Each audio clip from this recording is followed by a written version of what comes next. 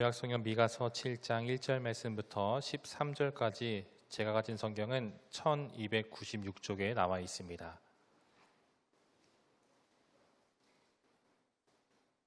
우리 한 절씩 교독하면서 읽도록 하겠습니다. 제가 먼저 읽겠습니다.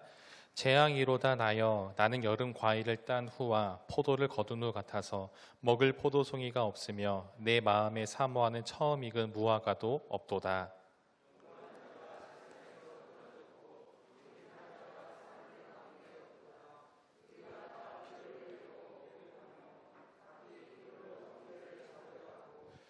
두 손으로 악을 부지런히 행하는도다. 그 지도자와 재판관은 뇌물을 구하며 권세자는 자기 마음의 욕심을 말하며 그들이 서로 결합하니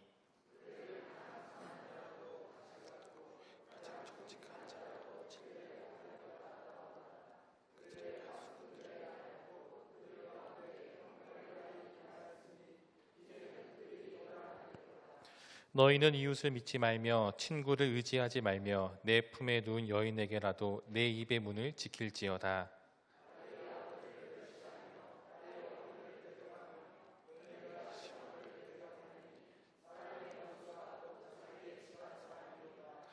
오직 나는 여호와를 우러러보며 나를 구원하시는 하나님을 바라보나니 나의 하나님이 나에게 귀를 기울이시리로다.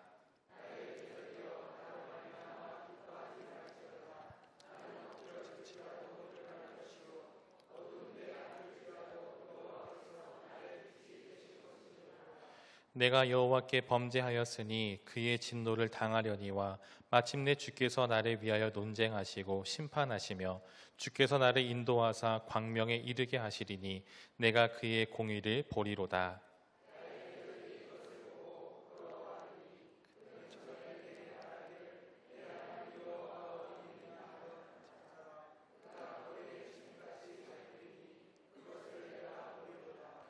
내 성벽을 건축하는 날 곧 그날에는 지경이 넓혀질 것이라.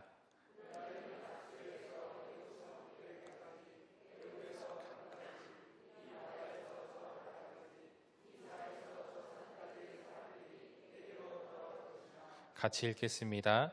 그 땅은 그 주민의 행위의 열매로 말미암아 황폐하리로다. 아멘. 네, 여러분 한 주간 평안하셨습니까? 우리 옆에 계신 분과 이렇게 한번 인사 나눴으면 좋겠습니다. 평안하셨습니까? 인사 한번 해볼까요? 네, 우리 주님의 놀라운 은혜가 이 시간 우리 모두에게 임하는 그 시간 되기를 간절히 소망합니다. 방금 전 여러분들에게 평안하셨냐라고 질문을 던지고 인사를 하였지만은 사실 이 인사라는 저는 최근에 조금은 평안하지 않는 그런 삶을 또 그런 시간을 보내고 있습니다. 물론 교회 안에서 어떤 어려움이 있거나 힘든 일이 있어서 그런 것은 아니고요. 조금은 개인적인 일들이 있어서 조금 불편하고 또 평안하지 않는 그런 시간 가운데 있습니다. 많은 성도님들 아시겠지만 이제 2달 전에 저희 아버지 장례가 이제 끝나고 이제 하나하나 행정적인 일들을 마무리하는 단계에 있습니다. 이제 사망 신고도 하게 되고 또 여러 가지 금융적인 문제가 있지 않나 조회도 해보고 그런 것들을 하나하나 다 정리하고 또 그런 모든 부분들을 정리하는 가운데 있었습니다. 근데 2달의 시간이 지났지만 아직까지 정리되지 않은 또 여전히 크게 남아있는 그런 문제가 있습니다. 그래서 아버지의 직장과 관련된 일인데 약 17년 정도 일을 했지만 그 일한 거에 대한 퇴직금이 지급되지 않은 상황에 있고 그것보다 더 큰 이제 공사를 할 때에 먼저 개인 돈을 집어넣었던 그런 공사 대금이라든지 아직 받아야 될 그런 여러 가지 대금들을 지급받지 못하는 그런 상황에 있습니다. 정당히 받아야 될 돈인데 갖가지 이유를 대면서 본사에서 그것을 지급하지 않고 있는 그런 답답한 상황 가운데 있습니다. 그러니까 결국 얼마 전에 이제 계속 대화를 하다가 이제 이것이 풀리지 않아서 이제 고용노동부에 찾아가서 진정을 넣게 되었습니다. 이제 저희 힘으로 할 수가 없으니까 이제 법의 도움을 받고 정부의 도움을 받아서 이것을 해결하려고 한 것이죠. 그런데 진정을 넣었다고 해서 이 일이 즉각적으로 해결되는 것은 아니었습니다. 이제 담당관이 정해지게 되고 양측의 입장을 서로 들어보고 어느 입장이 어느 주장이 더 맞는 것인지를 판단하는 그런 절차가 남아 있었습니다. 본사에서는 이제 지급하지 않기 위해서 노무사를 고용하고 이제 갖가지 여러 가지 서류들을 가지고 와서 다 제출하는 겁니다. 근데 저희 가정은 사실 제가 일한 것도 아니고 저희 어머니가 일한 것도 아니기 때문에 이 모든 일들이 어떻게 진행되는지도 사실은 잘 알지 못하고 그런 서류들도 준비하는 것이 굉장히 어려운 상황 가운데 있습니다. 정당히 지급받아야 될 그런 금액들을 받지 못하는 그런 상황에 있습니다. 사건 담당관 앞에서 이제 얼마 전에 이제 사업주 측과 또 저와 저희 어머니 양측이 3자 대면에서 만나는 자리가 있었습니다. 그래서 먼저 저희는 사실 가져간 자료가 별로 없었기 때문에 사업주 측에서 어떻게 얘기하는지를 좀 들어보는 시간이었습니다. 근데 뻔히 알고 있는 이야기고 이미 이것이 거짓이라는 것을 알고 있는데 그것이 사실이냐 얘기하는 그런 모습을 보면서 굉장히 조금 황당하기도 하고 또 사실 좀 화도 나기도 하고 또 그 안에서 여러 가지 생각이 참 많이 들었습니다. 그 상황 가운데 든 생각이 무엇이냐면은 과연 이 세상은 정의로운가라는 그런 생각을 하게 되었습니다. 과연 내가 살고 있는 지금 이 시대가 정의로운가? 과연 지금 우리나라 이렇게 민주주의고 법치주의인데 과연 법이 잘 지켜지고 있는 것인가라는 그런 생각을 잠시 하게 되었습니다. 어린 시절 학교에서 배웠었던 어떤 도덕이라든지 윤리라는 그런 개념들이 성이 된 지금 이때에도 모든 사람이 지켜 행하고 있는가라는 그런 생각을 하게 되었습니다. 담당관 앞에서 자신을 위해 노무사까지 대동하고 함께 있었던 그 사장님 바라보면서 그 이야기를 옆에서 묵묵히 들으면서 여러 가지 생각을 좀 하게 되었습니다.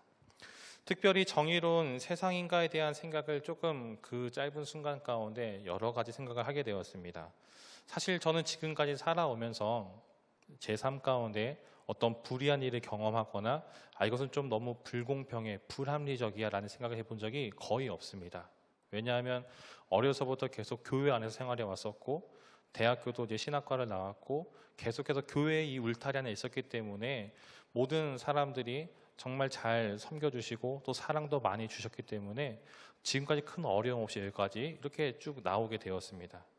근데 잠깐 아주 이 세상을 조금 이렇게 좀 경험을 하게 되니까 너무 큰 충격을 받게 되었습니다.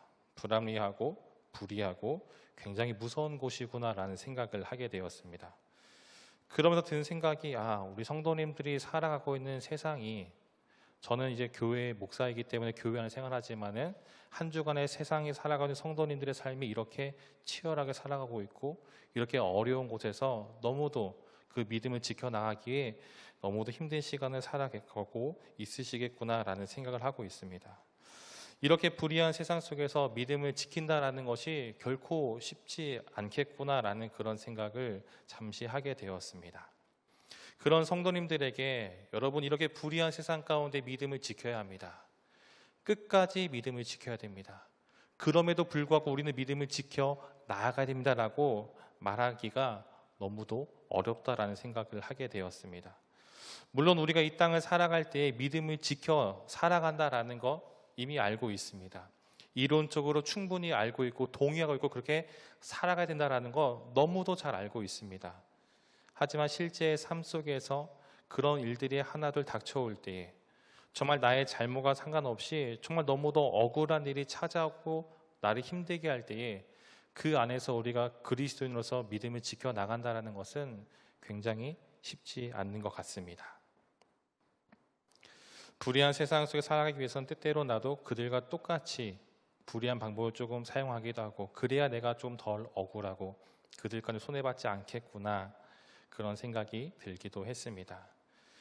불의한 세상 속에서 우리가 이렇게 믿음을 지켜 나아간다는 것은 사실 쉽지가 않습니다. 그렇지만 그렇다고 해서 우리가 결코 이 믿음의 경주, 믿음의 삶을 또 포기할 수도 없는 우리는 그 중간 지점에서 고민하면서 싸우고 있는 것 같습니다. 그렇다면 이러한 상황 속에서 하나님께서 우리가 원하시는 바가 무엇일까요? 또 여러 가지 그런 상황에 직면하고 있는 우리에게 하나님께서 요구하시는 것이 과연 무엇일까요? 오늘 우리는 이 답을 찾기 위해서 어쩌면 이미 우리 모두가 다 해답은 알고 있겠지만 우리와 비슷한 시대를 살아갔던 미가라는 선지자의 기록을 함께 살펴보면서 알아가는 시간을 갖도록 하겠습니다.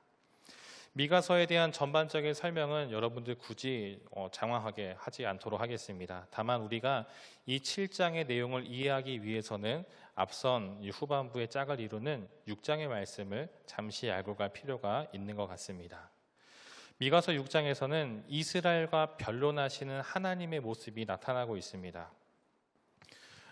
그동안 수많은 선지자를 통해서 또 수많은 하나님의 사람을 통해서 끊임없이 하나님은 이스라엘 가운데 돌아오도록 회개하도록 다시금 그들의 잘못을 인정하고 주 앞에 돌아올 것을 수없이 이야기하셨습니다. 그렇지만 여러분들이 알다시피 이스라엘 역사를 보면 어떻습니까? 이들이 그 잘못을 깨닫고 잠깐 돌아온 적이 있지만 그들이 결국 어떻습니까? 그 나라가 멸망할 때까지 그 죄를 짓는 것을 멈추지 않고 계속 향하는 모습을 살펴볼 수가 있습니다. 그런 이스라엘 가운데 하나님께서 어떻게 말씀하시냐면은 우리 6장 1절 말씀을 같이 한번 읽도록 하겠습니다. 6장 1절 말씀 같이 읽겠습니다. 시작. 너희는 여호와의 말씀을 들을지어다. 너는 일어나서 산을 향하여 변론하여 작은 산들이 내 목소리를 듣게 하라 하셨나니. 이 모습은 마치 이 법정에서 이 재판장이 피의자를 일으켜 세워가지고 어떤 선고를 하는 또 이게 최후의 또 변론의 기회를 주는 그런 모습처럼 보이기도 합니다. 그러나 하나님께서 이렇게 그들에게 변론하자 한번 대답해 봐라라고 얘기하고 있지만 이스라엘은 그런 요구 가운데 그런 말씀 가운데 아무런 반응도 보이고 있지 않습니다. 결국 이런 그들에게 하나님의 어떤 이 마지막 요청에도 불구하고 그 요청에 응답하지 않은 그들 내려진 판결이 무엇이냐면은 6장 13절 말씀부터 15절 말씀까지인데요. 우리 세 절 말씀을 같이 한번 13절, 14절, 15절 말씀을 같이 읽도록 하겠습니다. 시작. 그러므로 나도 너를 쳐서 병들게 하였으며 내 죄로 말미암아 너를 황폐하게 하였나니 내가 먹어도 배부르지 못하고 항상 속이 빌 것이며 내가 감추어도 보존되지 못하겠고 보존된 것은 내가 칼에 붙일 것이며 내가 씨를 뿌려도 추수하지 못할 것이며 감람 열매를 밟아도 기름을 내 몸에 바르지 못할 것이며 포도를 밟아도 술을 마시지 못하리라. 아멘. 하나님의 판결이 내려졌습니다. 그 판결, 그 심판이 무엇입니까?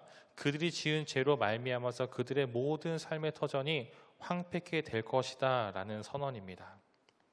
더 이상 그들이 이 땅에서 열심히 수고하고 노력해도 어떠한 소득을 얻을 수 없게 된다라는 것이죠. 열심히 먹어도 계속해서 그 배가 채워지는 것이 아니라 계속 배가 고플 것이고 감추어도 그것을 보존할 수가 없게 되고 설사 보존한다 해도 다른 이들에게 빼앗기게 된다라고 말하고 있습니다. 열심히 씨를 뿌리고 농사를 지어도 소출을 거둘 수가 없습니다. 감람 열매를 밟아도 기름을 얻지 못하고 포도를 짜도 포도주를 얻지 못합니다. 아무리 노력하고 애를 쓰고 수고를 하여도 그것이 그들 가운데 온전히 돌아오지 못하게 됩니다. 이것이 하나님께서 그들에게 주신 하나님의 판결이자 형벌입니다. 매우 참혹한 형벌이 그들 가운데 임하게 된 것이죠. 이제 하나님의 심판이 내려지고 판결이 내리게 되고 선지자 미가는 자신이 살고 있는 그 시대를 돌아보게 됩니다. 그 내용이 바로 오늘 우리가 읽은 7장의 내용이 이어지고 있는 것이죠. 이제 미가는 그 판결을 듣고 난 이후에 눈을 들어서 그 주변을 바라보게 됩니다. 7장 1절 말씀 한번 같이 읽도록 하겠습니다. 시작. 재앙이로다 나여 나는 여름 과일을 딴 후와 포도를 거둔 후 같아서 먹을 포도송이가 없으며 내 마음에 사모하는 처음 익은 무화과가 없도다. 주위를 둘러보고 있습니다. 포도와 또 무화과를 먹고자 하였지만은 찾을래야 찾을 수가 없는 그런 상황입니다. 이는 정말 그 주변에 어떤 이 포도나 무화과가 없어서 그렇게 말할 수도 있는 거겠지만 하지만 뒤 이어지는 2절부터의 내용을 보게 되면은 미가가 말하는 것이 단지 어떤 정말 배가 고파서 어떤 과일을 찾는 것이 아니라는 것을 우리는 알 수가 있습니다. 선지자 미가가 활동하던 그 시대는 히스기야의 아버지로 알려져 있는 바로 이 아하스 왕의 시대입니다. 이 아하스 왕의 시대는 어떤 시대냐면은 우상 숭배가 가장 극심했던 때라고 합니다. 우상 숭배가 가장 극심했다라는 말은 무엇입니까? 이스라엘 사람들이 하나님을 섬기기보다 오히려 하나님을 떠나서 우상의 이방 신들을 더 많이 섬기고 그 많은 그들의 어떤 종교적이나 도덕적인 타락이 매우 극심했다라는 것을 알 수 있습니다. 즉 종교적 타락뿐만 아니라 사회적 그런 어떤 문화적으로 타락되었기 때문에 눈을 씻고 찾아보아도 하나님께서 찾고 계시는 그 사람을 찾을 수 없는, 정말 누구나 다 좋아하고 먹음직스러운 그 포도와 감람나무를 무화과를 찾을 수 없듯이 하나님 찾고 계신 그 사람을 찾을 수 없는 그런 시대라는 것을 지금 말하고 있습니다. 우리 2절 말씀도 같이 한번 읽어볼까요? 이어서 2절 말씀 한번 읽어보겠습니다. 시작. 경건한 자가 세상에서 끊어졌고 정직한 자가 사람들 가운데 없도다. 무리가 다 피를 흘리려고 매복하며 각기 그물로 형제를 잡으려 하고. 주위를 둘러봅니다. 그렇지만 그 주변에 아무리 둘러보아도 경건한 자, 정직한 자가 결코 보이지 않는 그런 상황 가운데 있습니다. 이제 미가는 시선을 조금 더 넓히고 있습니다. 그가 살고 있는 남유다 왕국을 한번 둘러봅니다. 그런데 이 유다 왕국의 모습이 어떤 모습이냐면은 3절 중간부터 또 4절 중간까지 제가 한번 읽어드리겠습니다. 지도자와 재판관은 뇌물을 구하며 권세자는 자기 마음의 욕심을 말하며 그들이 서로 결합하니 그들의 가장 선한 자라도 가시 같고 가장 정직한 자라도 찔레 울타리보다 더하도다. 백성을 다스리는 이 지도자하고 재판관은 어떤 모습입니까? 뇌물을 구하고 있습니다. 누구나 그들에게 돈을 조금만 주게 되면은 그들이 원하는 판결을 내리고 원하는 것을 주는 그런 모습을 지금 보이고 있다라는 것이죠. 돈이 있는 사람은 얼마든지 죄를 지어도 용서를 받을 수 있고 돈이 없는 사람은 도리어 손해를 보고 더 힘든 그런 상황 가운데 처하게 되는 것입니다. 이스라엘은 이렇게 점점 불공정한 사회로 변질되고 있습니다. 하나의 가문에서 시작된 이 이스라엘이 점차 어떤 권력에 따라서 돈을 가지고 있는 것에 따라서 여러 가지로 많은 어려움과 갈등이 일어나고 있는 것이죠. 또 권세를 잡은 자들은 어떻습니까? 자기 마음의 욕심을 말하고 힘이 있는 그들끼리 서로 연합하고 자신들이 어떤 그런 세력을 더 곤고히 하는 데에 힘을 쏟고 있습니다. 미가는 이들이 얼마나 심한지 그 다음 4절 말씀이 이렇게 꼬집고 있습니다. 지도자와 재판관, 권세자들 중에서 정말 그들 중에서 가장 선하고 가장 정직한 자의 모습이 어떻냐라고 말하냐면은 그나마 그들 가장 착하다 말할 수 있는 이들이 가시 같고 찔레 울타리보다 더하다라고 말하고 있습니다. 여러분, 가시나 찔레 보면 어떻습니까? 주변에 있는 것들에게 상처를 주고 아픔을 주는 그런 존재죠. 그들 가운데 가장 선하다고, 그들 가운데 가장 정직하다고 말할 수 있는 자들조차도 다른 사람에게 상처 주고 어렵게 하는 그런 일들을 자행하고 있다는 것이죠. 즉 당시의 이 사회는 조금이라도 힘이 있는 사람이 그렇지 못한 사람에게 어떤 슬픔을 주고 아픔을 주는 그런 사회였다는 것입니다. 즉 다른 나라도 아니고 하나님께 선택받고 하나님의 백성을 일컫는 이 이스라엘에게서 하나님의 공의와 정의를 찾아볼 수 없는 그런 상황인 것입니다. 정말 하나님을 알지 못하는 이방 나라들처럼 불의와 불법이 자행되고 있는 모습을 지금 보고 있습니다. 이는 의인 10명이 없어서 멸망을 당한 소돔과 고모라를 떠올리게 하고 있고요. 또 예루살렘에서 단 한 명의 의인도 찾지 못했던 예레미야의 모습이 떠오르기도 합니다. 이스라엘은 지금 하나님부터 너무도 멀리 떨어져 있는 그런 모습인 것입니다. 미가는 다시 눈을 돌립니다. 이제는 나라 전체 어떤 지도자나 그런 사람들이 아니라 가장 가까이에 있는 사람들 한번 둘러보고 있습니다. 그리고 5절과 6절에서 사람들에게 이렇게 경고의 메시지를 보내고 있습니다. 우리 5절과 6절 말씀을 같이 한번 읽겠습니다. 시작. 너희는 이웃을 믿지 말며 친구를 의지하지 말며 내 품에 누운 여인에게라도 내 입의 문을 지킬지어다. 아들이 아버지를 멸시하며 딸이 어머니를 대적하며 며느리가 시어머니를 대적하리니 사람의 원수가 곧 자기의 집안 사람이리로다. 미가 선지자는 이스라엘에게 어떤 경고를 하냐면은 주변에 가까운 사람이라 할지라도 믿지 말라라고 경고하고 있습니다. 왜 그러냐면은 가장 가까이에 있는 정말 세상 모든 사람들이 나를 대적하고 힘들게 할지라도 정말 마지막까지 내 곁에 남아서 나에게 힘을 주고 내 편이 되어주는 가까운 가족들이 할지라도 믿지 못하는 상황이라는 것입니다. 서로가 서로를 믿지 못하는, 심지어 그것이 한 집에 살고 있는 가족이라 할지라도 믿을 수 없는 관계가 되었습니다. 그만큼 사회가 많이 어려워졌다라는 것이죠. 이러한 시대를 바라보는 미가의 마음은 여러분 어떤 마음일까요? 사회를 둘러보아도, 가장 가까이 있는 어떤 친구들이나 가족들을 바라보아도 그 어느 곳에서도 어떤 소망이나 희망을 찾아볼 수 없는 그런 상황입니다. 그러나 미가는 중요한 것은 그의 시선을 단지 이 땅에 두고 있는 것은 아니었습니다. 그가 바라보는 것이 어디인지 우리 7절 말씀도 같이 한번 읽었으면 좋겠습니다. 시작. 오직 나는 여호와를 우러러보며 나를 구원하시는 하나님을 바라보나니 나의 하나님이 나에게 귀를 기울이시리로다. 아멘.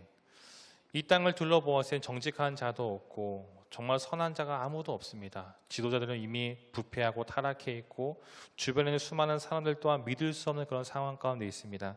하지만 세상 그 어디에도 소망이 없고 희망이 없는 그 상황 가운데에 미가가 바라보는 곳은 어디입니까? 정말로 하나님만을 바라보고 하나님만을 우러러보고 있는 그 모습을 지금 보여주고 있습니다. 비록 내가 지금 살고 있는 세상이 정의롭지 못하고 불의한 곳이지만 그러나 나는 어떻습니까? 여전히 하나님을 바라보고 의지하는 모습을 지금 보여주고 있다는 것이죠. 그런데 미가는 놀라운 고백을 이어서 하는데, 우리 하나님 여호와를 우러러보면서 또 구하신 하나님을 의지하며 바라볼 때에 어떤 일이 일어나냐면 7절 뒷부분에 이렇게 말하고 있습니다. 나의 하나님이 나에게 귀를 기울이시리로다. 다른 사람들은 하나님을 알지 못하기 때문에 여러 가지 불법과 또 불의를 자행하며 살아가지만, 그렇게 살아간다 할지라도 하나님을 바라보고 의지하며 나아가는 그 사람에게 여전히 하나님께서 그를 주목하시고 집중하시며 그의 소리를 귀 기울여 들으신다라는 것입니다. 하나님께서 우리와 함께 하신다, 우리와 함께 하시고 나의 모든 소리를 귀 기울여 들으신다라는 것의 의미가 무엇입니까? 미가 선지자는 8절과 9절에 그 의미가 무엇인지 우리에게 알려주고 있습니다. 제가 한번 8절과 9절 읽어드릴 테니까 여러분들 눈으로 한번 따라서 읽었으면 좋겠습니다. 나의 대적이여 나로 말미암아 기뻐하지 말지어다. 나는 엎드러질지라도 일어날 것이요 어두운 데에 앉을지라도 여호와께서 나의 빛이 되실 것이미로다. 내가 여호와께 범죄하였으니 그의 진노를 당하려니와 마침내 주께서 나를 위하여 논쟁하시고 심판하시며 주께서 나를 인도하사 광명에 이르게 하시리니 내가 그의 공의를 보리로다. 아멘. 여호와를 믿고 또 우러러보며 바라보며 나아간다 할지라도 때때로 우리는 어떻습니까? 엎드러지기도 합니다. 또 어두운 데에 앉기도 합니다. 심지어는 하나님 앞에 죄를 범죄할 때도 있을 수도 있습니다. 그렇지만 때때로 우리가 주저앉고 넘어진다 하여도 하나님께서 우리를 어떻게 하십니까? 그로 인해서 우리를 버리시고 정말 다시는 우리와 상종하지 않는 그런 모습이 아니라 그때 하나님께서 우리를 일으켜 주시고 어둠 속에서 우리의 빛이 되어 주시고, 우리가 죄를 지어 주님께 벌을 받게 되어도 궁극적으로 하나님께서 우리를 대신해서 논쟁하시고 또 심판하시며 결국에는 광명에 이르게 하심으로 하나님의 공의가 무엇인지를 선포하신다라고 말하고 있습니다. 즉 어떤 말이냐면은 우리가 하나님을 우러러보고 바라보며 나아갈 때에 하나님의 구원을 우리가 경험할 수 있다라는 것이죠. 우리 어떤 궁극적인 천국에 들어가는 그런 구원뿐만 아니라 삶 속에서 그런 모든 어려운 상황과 그 순간 속에서 우리는 주님의 구원을 경험할 수 있다라는 것입니다. 그렇기 때문에 우리는 그 삶을 통해서 하나님께서 살아계시는구나, 여전히 하나님은 나와 함께 하시는구나라는 것을 삶 속에서 느낄 수 있게 되는 것입니다. 이러한 구원의 은혜가 매일 우리의 삶 가운데 경험되는 그런 복된 삶 되시기를 주님의 이름으로 간절히 축원드립니다. 우리가 주님을 의지할 때 경험하는 구원은 단순히 개인에게만, 다른 사람은 모르는 나에게만 주어지는 그런 은밀한 구원만은 아닙니다. 10절 말씀부터 13절에 보게 되면은 하나님의 구원의 역사가 일어날 때 반대로 세상에는 어떻습니까? 세상은 심판을 당하게 됩니다. 10절 말씀만 우리 같이 한번 읽었으면 좋겠습니다. 10절 말씀 같이 읽겠습니다. 시작. 나의 대적이 이것을 보고 부끄러워하리니 그는 전에 내게 말하기를 내 하나님 여호와가 어디 있느냐 하던 자라. 그가 거리에 진흙같이 밟히리니 그것을 내가 보리로다. 아멘. 하나님을 알지 못하는 세상이 이렇게 묻습니다. 하나님이 어디 있느냐? 내가 믿는 하나님이 과연 어디 있느냐? 하나님이 살아있느냐? 그가 참 신이냐? 심지어 최근에는 코로나도 막지 못하는 신이 과연 신이라고 말할 수 있느냐? 교회 다니는 사람도 코로나 더 걸리지 않느냐?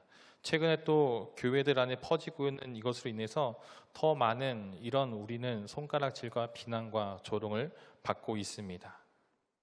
그렇지만 그런 사람들 가운데 하나님의 존재가 어디 있느냐라고 그렇게 반문하고 공격하고 조롱하고 비난하는 그런 사람들 가운데에 하나님의 구원의 날이 임할 때 어떤 일이 일어나게 되냐면 그가 거리에 진흙같이 밟히리니 그것을 내가 보리로다라고 성경은 기록하고 있습니다. 신자에게 임하는 구원의 날은 반대로 불신자들에게는 심판의 날이 된다라고 성경은 가르치고 있습니다. 이전까지는 그들이 힘이 있고 득세하는 것처럼 보였지만 하나님의 행하시는 그 날에 이 모든 것들은 역전될 것입니다. 13절 말씀에 이렇게 기록되어 있습니다. 그 땅은 그 주민의 행의 열매로 말미암아 황폐하리로다. 행의 열매로 인하여서 그들의 땅이 황폐하고 저주를 받게 됩니다. 예수님은 산상수훈에서 그들의 열매로 그들을 알리라라고 분명히 말씀하셨죠. 우리의 삶의 모습들은 그 삶의 행실로 말미암아서 열매가 맺히게 되는데 우리 주님께서는 그 열매를 보시고 각자 맺은 그 열매를 보시고 그에 걸맞는 보응을 하시는 분이십니다. 그렇기 때문에 오늘 우리가 이 불의한 세상을 살아갈 때에 우리는 어떤 삶을 살아가야 합니까? 미가 선지자가 보여줬던 그 모습을 본받아서 우리 또한 하나님을 우러러보고 또 나를 구원하시는 하나님을 바라보는 그런 믿음의 모습이 있어야 할 것입니다. 시대가 점차 악하여 간다 하여도 세상이 점점 교회를 손가락질하고 조롱하고 핍박한다 할지라도 우리는 여전히 이 믿음의 길을 걸어가야 합니다. 그리고 그 길을 걸어갈 때 우리는 그 걸음 속에서 그 길 속에서 주님의 구원을 경험하게 됩니다. 근데 한 가지 더 생각해 볼 것이 있는데 그것은 하나님을 우러러 보고 또 바라보며 살아가는 것이 과연 무엇이냐라는 것이죠. 이 말을 문자 그대로 우리가 하늘만을 바라보면서 아무것도 하지 않은 채 그저 그 자리에 주저앉아 있으라는 말은 아닙니다. 우리의 시선을 이 땅이 아닌 하나님께 두고 믿음의 길을 따라 살아간다는 것이 무엇이냐면 여러분 6장 8절 말씀에 나와 있는데 그것을 같이 한번 읽었으면 좋겠습니다. 6장 8절 말씀 같이 읽겠습니다. 시작. 사람이 주께서 선한 것이 무엇임을 내게 보이셨나니 여호와께서 내게 구하시는 것은 오직 정의를 행하며 인자를 사랑하며 겸손하게 내 하나님과 함께 행하는 것이 아니냐. 하나님을 바라보고 의지한다라는 것은 단순히 보는 것만이 아닙니다. 하나님을 바라보고 그 모습을 닮아가는 것입니다. 하나님을 닮아간다라는 것은 하나님께서 행하시는 모습을 본받아 살아가는 것이고 또 그 삶으로 인해서 오늘 나에게 요구하시는 것이 무엇인지 정말 주님께서 내게 원하시는 바가 무엇인지를 분별하고 그 분별된 것을 순종하며 삶 가운데 행하는 것이 바로 하나님을 닮아가는 것입니다. 우리 주님께서 우리에게 원하시는 바가 무엇입니까? 오직 정의를 행하며 인자를 사랑하며 겸손하게 내 하나님과 함께 행하는 것, 바로 이것입니다. 앞서 10절 말씀을 살펴볼 때에 내 하나님 여호와가 어디 있느냐라고 말하던 그 자들이 어떻게 된다라고 말했습니까? 진흙같이 밟히리니 심판이 그들 가운데 임한다라고 분명히 성경 기록하고 있죠. 우리가 이것을 볼 때에 우리를 대적하는 자들, 우리를 힘들게 하고 조롱하고 핍박하는 그 자들이 하나님의 심판을 받을 것이기에 그래 때가 되면 언젠가 너희들에게 당할 그 고날 너희도 한번 당해봐라 라고 우리가 그것을 기다리고 그것을 바라는 것이 아니라 우리가 행해야 될 것은 무엇입니까?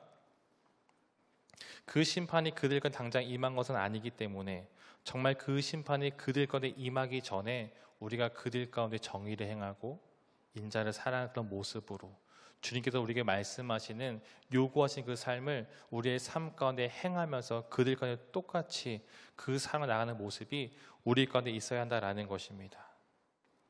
우리는 오직 정의를 행해야 됩니다. 오직 인자를 사랑해야 합니다. 오직 겸손하게 행해야 합니다. 비록 세상은 불의와 불법이 판을 치고 있고 많은 사람들이 정말 어떻게든 더 많은 것을 가지기 위해서 때때로는 정말 옳지 못한 방법을 사용한다 할지라도 우리는 그들과 똑같은 길을 걷는 것이 아니라 주님께서 말씀하시는 이 모습을 본받아 살아가야 합니다. 그로 인해서 우리 안에 비춰진 주님의 빛을 세상 가운데 비춤으로 그것을 알지 못하는 그들이 우리의 착한 행실을 보고 하늘에 계신 우리 아버지의 영광을 돌리는 그 일들이 일어나야 할 것입니다. 사랑하는 성도 여러분, 믿음을 가지고 이 세상을 살아간다는 것은 결코 쉽지 않습니다. 복음이면 충분하다고 말하고 또 믿고 나아가지만 삶 속에 다가온 여러 가지 문제들은 결코 녹록지 않습니다. 그렇지만 우리가 다시 한번 하나님을 우러러 바라보고 또 믿고 의지하며 그 삶을 살아갈 때에 또 그 믿음을 가지고 나아갈 때에 정의를 행하며 인자를 사랑하며 겸손하게 하나님과 함께 행하며 나아갈 때에 우리는 삶 속에서 주님의 구원을 또 그 은혜를 경험하게 될 것입니다. 그렇기 때문에 오늘 이 불의한 세상 살아가는 우리 모두가 다시 한번 더 이 미가서의 말씀을 기억하면서 다시 역전시키실, 그리고 그 모든 상황 가운데 결코 우리 외면치 않으시고 버리지 않으시고 항상 우리와 함께 하시는 그 주님의 은혜를 기억하면서 또 경험하면서 새로운 한 주를 살아가는 우리 모두가 되기를 간절히 소망합니다. 그래서 이번 한 주 우리가 이 불의한 세상 속에서 똑같이 불의한 모습을 나가는 것이 아니라 믿음의 사람으로서 그들과 다른 모습으로서 주의 말씀에 순종하며 주의 말씀으로 복음으로 또 승리의 삶을 살아가는 우리 모든 열방의 성도 되시기를 주님의 이름으로 간절히 축원드립니다.